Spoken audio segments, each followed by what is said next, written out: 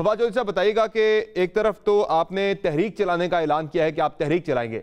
आपकी तहरीक के दो मकासद हैं। एक ऑब्वियसली जो गिरफ्तारियां आपके रहनुमाओं की हो रही थी उसके खिलाफ आपने फैसला किया था कि आप जेल भरो तहरीक आप शुरू करेंगे।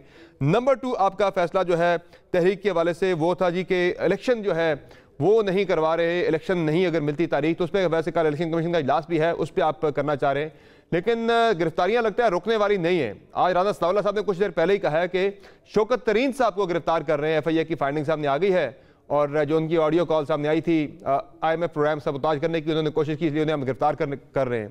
तो ये गिरफ्तारी होने वाली आपके साबिक वज़ीर ख़ज़ाना आपके सेनेटर की, तो क्या फिर तहरीक फौरी तौर पर शुरू हो जाएगी? तहरीक तो शुरू ही है। पहले इन्होंने उस आमिर डोगर को वहां पे अरेस्ट किया था, वो तो खैर एक उसकी जो डिटेल्स हैं वो तय हो चुकी हैं और एजाज चौधरी साहब उसके फोकल पर्सन है। वो इंशाल्लाह सिटी बाय सिटी होगी और उसके ऊपर उसकी हतमी तारीख का ऐलान जो है वो हो जाएगा इंशाल्लाह 1-2 दिन में, और उसके बाद जो है वो बाकायदा उसकी तरफ जो अमल दरामद है उसके ऊपर शुरू हो जाएगा। लेकिन वैसे मैं तो हैरान हूँ कि ये कौन लोग हैं कि रोम जल रहा है और नेहरू बांसुरी बजा रहा है, कि जहाँ पर पूरा पाकिस्तान एक कितने बड़े मुआशी और सियासी बहरान का शिकार है, वहाँ राना सनाउल्लाह जो है वो इस पे फख्र कर रहा है कि मैं एक फॉर्मर फाइनेंस मिनिस्टर को अरेस्ट करने जा रहा हूँ। जहाँ पे एक तरफ आप कह रहे हैं कि इकॉनमी के ऊपर हमें कंसेंसस चाहिए, एक तरफ आप कह रहे हैं कि बड़े मुआशी फैसलों के ऊपर कंसेंसस चाहिए, दूसरा आप जो है दूसरी तरफ आप समझ रहे हैं कि इससे लाठी गोली की सरकार जो है वो आप चला लेंगे। इन्होंने पूरे मुल्क को तबाह बर्बाद कर दिया है, मिडिल क्लास की कमर तोड़ दी है, और अब अदालतों के ऊपर और अदलिया के ऊपर जो तनकीद है वो शुरू कर दी है।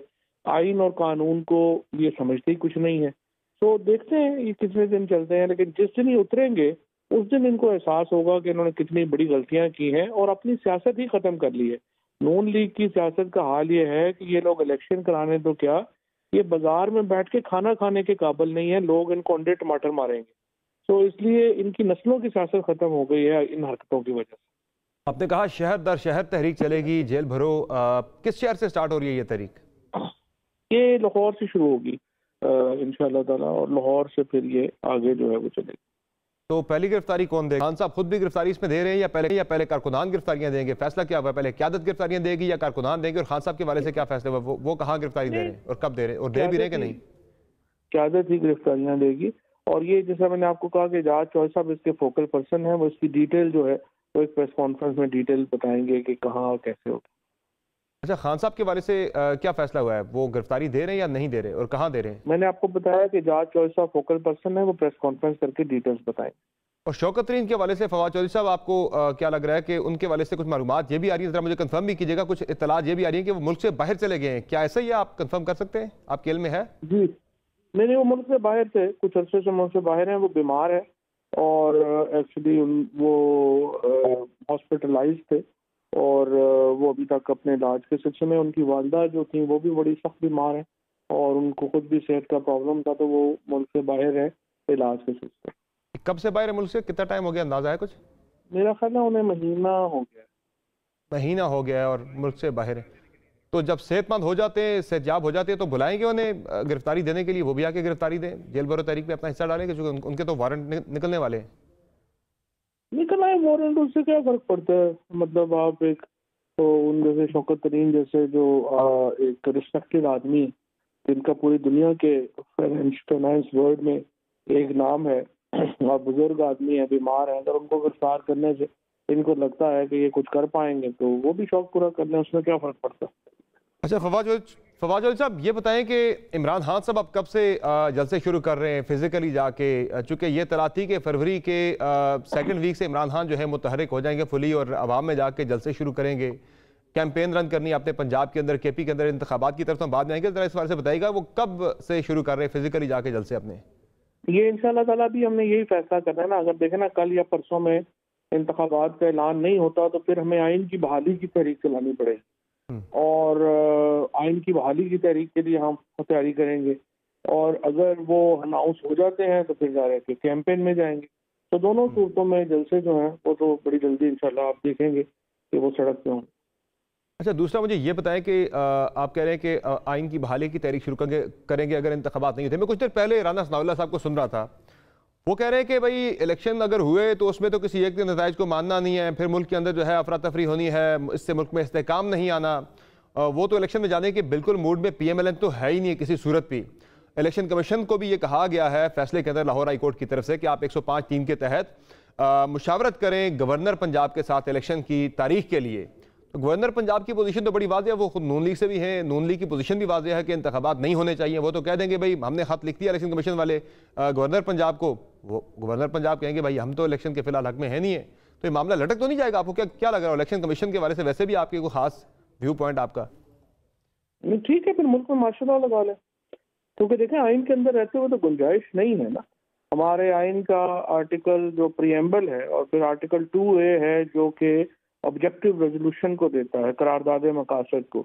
वो कहता है कि सॉवरेनिटी ऑफ पाकिस्तान जो है, सॉवरेनिटी जो है वो अल्लाह अलमाइटी की है और उसको एक्सरसाइज करेगा chosen representative of people of Pakistan. अगर आपके नुमाइंदे इलेक्टेड नहीं हैं तो इसका मतलब ये है कि मुल्क में आइन नहीं, और यही वो करारदाद मकासद है जिसके ऊपर पाकिस्तान के आइन की बुनियाद है। और इसके साथ आर्टिकल 105 और आर्टिकल 224 बिल्कुल वाज़ेह। तो अगर आप राना सनाउल्लाह साहब को पसंद नहीं है पाकिस्तान में इलेक्शन करवाने, या वो कहते हैं कि नहीं हो सकते, तो फिर वो खुद भी हट जाएं और मुल्क में मार्शल लॉ लगा लें। सिंपल बात है। आइन, ये तो जुनेजो साहब की एक बड़ी मशहूर स्टेटमेंट थी कि जमहूरियत और मार्शल लॉ इकट्ठे तो नहीं चल सकते, या मुल्क में मार्शल लॉ होगा या जमहूरियत होगी। तो इस वक्त तो ना मुल्क में मार्शल लॉ है ना जमहूरियत है, ये सिलसिला तो नहीं चल सकता। वैसे अगर प्रैक्टिकली देखा जाए फवाद चौधरी साहब, नून लीग की ये पोजीशन है, वो कह रहे हैं हमने अपनी सियासत को कुर्बान करके रियासत को बचाया है। IMF प्रोग्राम को वो कह रहे हैं हमने बहाल किया, इतने कड़े फैसले किए, बिजली महंगी की, गैस महंगी की, पेट्रोलियम मसनूआत की कीमतों में इजाफा किया, आवाम पे महंगाई का पहाड़ तोड़ दिया। वो कह रहे हैं इतने सख्त फैसले करके रियासत को बचा के वो कह रहे हैं हम तो इंतखाबात में नहीं जा सकते, हमने अपना सियासी मुफाद भी देखना है। नहीं, रियासत अगर उन्होंने नवाज शरीफ फैमिली का और जरदारी फैमिली का नाम रखा हुआ है फिर तो कुछ नहीं कहा जा सकता।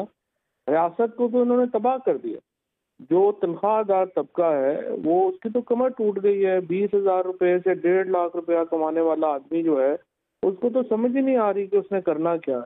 बच्चों की फीसें, बिजली, और ये जो 9 महीने में जो क़यामत आई, और आप देखें चाय जो है 15 दिनों में 1100 रुपये किलो से बढ़ के 1600 किलो के ऊपर चली गई है, और अभी रमज़ान शुरू नहीं हुआ।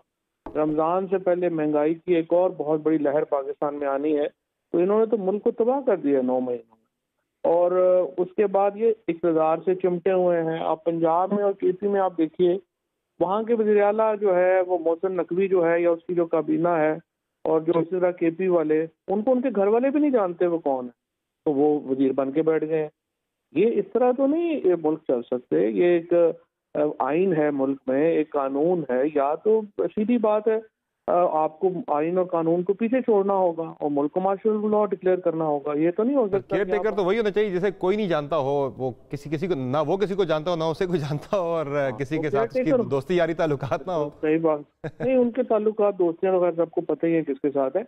लेकिन अगर वो केयर टेकर होगी वो 90 दिनों से आगे नहीं जा सकती ना। 90 दिनों से आगे जाएगी तो वो फिर आर्टिकल 6 के मुर्तकिब होंगे, और 90 दिन के बाद पाकिस्तान के अंदर आइन की हुकूमत नहीं हो। वैसे तो फवाद चौधरी साहब वो कट ऑफ टाइम जो है वो शुरू हो जाएगा कल से, जो आखिरी 61 दिन होते हैं जो कि ज़रूरी चाहिए होते हैं इलेक्शन कमीशन को इंतखाबात के, इलेक्शन के इनेकाद के लिए, जिसमें 7 दिन चाहिए होते हैं इलेक्शन कमीशन को इंतखाबी शेड्यूल जारी करने के लिए। उसके बाद फिर कागजात नामजदगी का जमा करवाना, उनकी जांच पड़ताल, फिर वापसी, और उस पर अपीलों का सुना जाना उसके ऊपर। तो इसमें फिर आगे कंपेन भी चलानी होती है मुख्तलिफ पॉलिटिकल पार्टीज़ ने। वो 61 डेज तो शुरू हो रहे हैं कल से, सोमवार से। तो कब तक आप वेट करेंगे कि इलेक्शन कमीशन कोई डेट अनाउंस कर दे, चूंकि इसमें तो मामला लटकाया भी जा सकता है। तो कब से फिर आपने फैसला किया, कट ऑफ डेट आपकी क्या होगी कि आपने तारीख पे शुरू कर देनी आइन की बहाली की इलेक्शन के लिए? नहीं, पहले तो आप बिल्कुल सही कह रहे हैं। कल जो है लाजमन इसका शेड्यूल आना चाहिए, और इंशाल्लाह कल हम तौहीन अदालत भी मूव कर देंगे, और इलेक्शन कमीशन के खिलाफ और गवर्नर के खिलाफ, और जो भी फैसला आना है वो कल ही आना है, कल से आगे नहीं जा सकता। यानी कल शाम तक तौहीन अदालत की दरखास्त मूव कर दी जाएगी गवर्नर और इलेक्शन कमीशन के खिलाफ कल शाम ही? कल शाम तक आप लोग वेट करेंगे? नहीं, वेट तो हो गया। इमीडिएटली उन्होंने कहा था, इमीडिएटली 2 दिन हो गए, इलेक्शन कमीशन तो हिल ही नहीं रहा। वहाँ पे तो आपको पता है कि वो इजलास कल बुलाया उन्होंने, वैसे कल बुलाया, उन्हें आज बुलाना चाहिए था। जब हाई कोर्ट का ऑर्डर था तो ये जो मेंबरान है वो कौन से को बड़ा और इम्पोर्टेंट काम, सबसे इम्पोर्टेंट काम तो यही है कि उन्होंने इलेक्शन करवाने, वो क्यों घरों में चले गए हैं? उनका काम था वो आज इजलास बुलाते और हाई कोर्ट के हुक्म पे अमल दरामद करते, उन्होंने नहीं किया तो वो तौहीन अदालत में है इस वक्त। अच्छा फवाद चौधरी साहब, मैक्सिमम आप पंजाब में भी इलेक्शन ले लेते हैं, केपी के अंदर भी इंतखाबात आप ले लेते हैं। असल जो टारगेट था आपका केपी और पंजाब में इंतखाबात की तरफ जाने का वो ये था कि इससे सेंटर में यानी कौमी असम्बली के इंतखाबात के लिए एक माहौल बनेगा। वो आपको अभी भी उम्मीद है कि ऐसा हो पाएगा? जिस तरह मैंने कहा कि जिस तरह के फैसले इन लोगों ने किए हैं, IMF के प्रोग्राम को बहाल करके आवाम के ऊपर महंगाई का एक पहाड़ तोड़ दिया गया, उसके बाद तो यहाँ तो बातें ये हो रही हैं आजकल के कोई 6-6 महीने की 2 टर्म जो हैं मुआशी इमरजेंसी लगा के बढ़ा दी जाए असेंबली की टर्म ही, यहाँ पे अगले साल इलेक्शन करवा जाए। वो कैप्टन सफदर साहब तो 2025 में इलेक्शन की बात कर रहे हैं। नहीं नहीं, 2025 में भी क्यों कराने हैं? ये तो 10 साल भी नहीं कराएंगे जो इनके हालात है। 2025 भी ऐसे तकल्लुफ में कह रहे हैं इन्होंने। देखें ये इलेक्शन ये करा ही नहीं सकते। मैंने आपसे जिस अर्ज की, ये तो बाहर निकल के गार्ड्स के बगैर लोगों में खड़े नहीं हो सकते। इनको तो कोई पता नहीं कौन टमाटर मार जाएगा, कौन जो है वो इनकी बेइज्जती कर देगा। ये तो लोगों को फेस करने जोगे ही नहीं रह गए। इन्होंने इलेक्शन नहीं कराने हैं। ये तो पाकिस्तान के आइन में, ये तो अदालतों के ऊपर है ना कि वो पाकिस्तान के आइन का तहफ़्फ़ुज़ करती हैं और आइन पे अमल दरामद कराती हैं, या वो कराने में नाकाम होती हैं और जस्टिस मुनीर की अदालत बनती है। ये तो पाकिस्तान की अदालतों में फैसला करना है, इन्होंने थोड़ा करना। वैसे फवाद चौधरी साहब, इन्हीं अदालतों ने जब किया था डिप्टी स्पीकर की रूलिंग उड़ाई थी तो बड़ी तनकीद तहरीक इंसाफ की तरफ से, क़यादत की तरफ से, रहनुमाओं की तरफ से भी और कारकुनान की तरफ से बहुत ज़्यादा तनकीद का सामना करना पड़ा था जुडिशरी को। एक दो रोज़ से जो बयान आ रहे तहरीक इंसाफ की लीडरशिप के, खान साहब के, बाकी रहनुमाओं के, तहरीक इंसाफ फिर से सेवियर बनना शुरू हो गई है जुडिशरी की कि भाई अदालतों का तहफ़्फ़ुज़ हम करेंगे। यानी अब आपकी सारी उम्मीदें फिर उन्हीं अदालतों से जिन्हें आपने कल को बुरा भला कहा था। अदालतों के फैसले हमेशा अवेलेबल होते हैं क्रिटिसिज्म के, और मेरे ख्याल में अगर उस वक्त अदालत ने इलेक्शन ना रोके होते, पाकिस्तान इस बुरान का शिकार ना होता। और एक्चुअली जो तनकीद हमने की थी, आप देखिए वो तनकीद दुरुस्त साबित हुई। अदालत की जो फैसला है, ये तो नहीं होता ना कि अदालत के फैसले गलत नहीं हो सकते।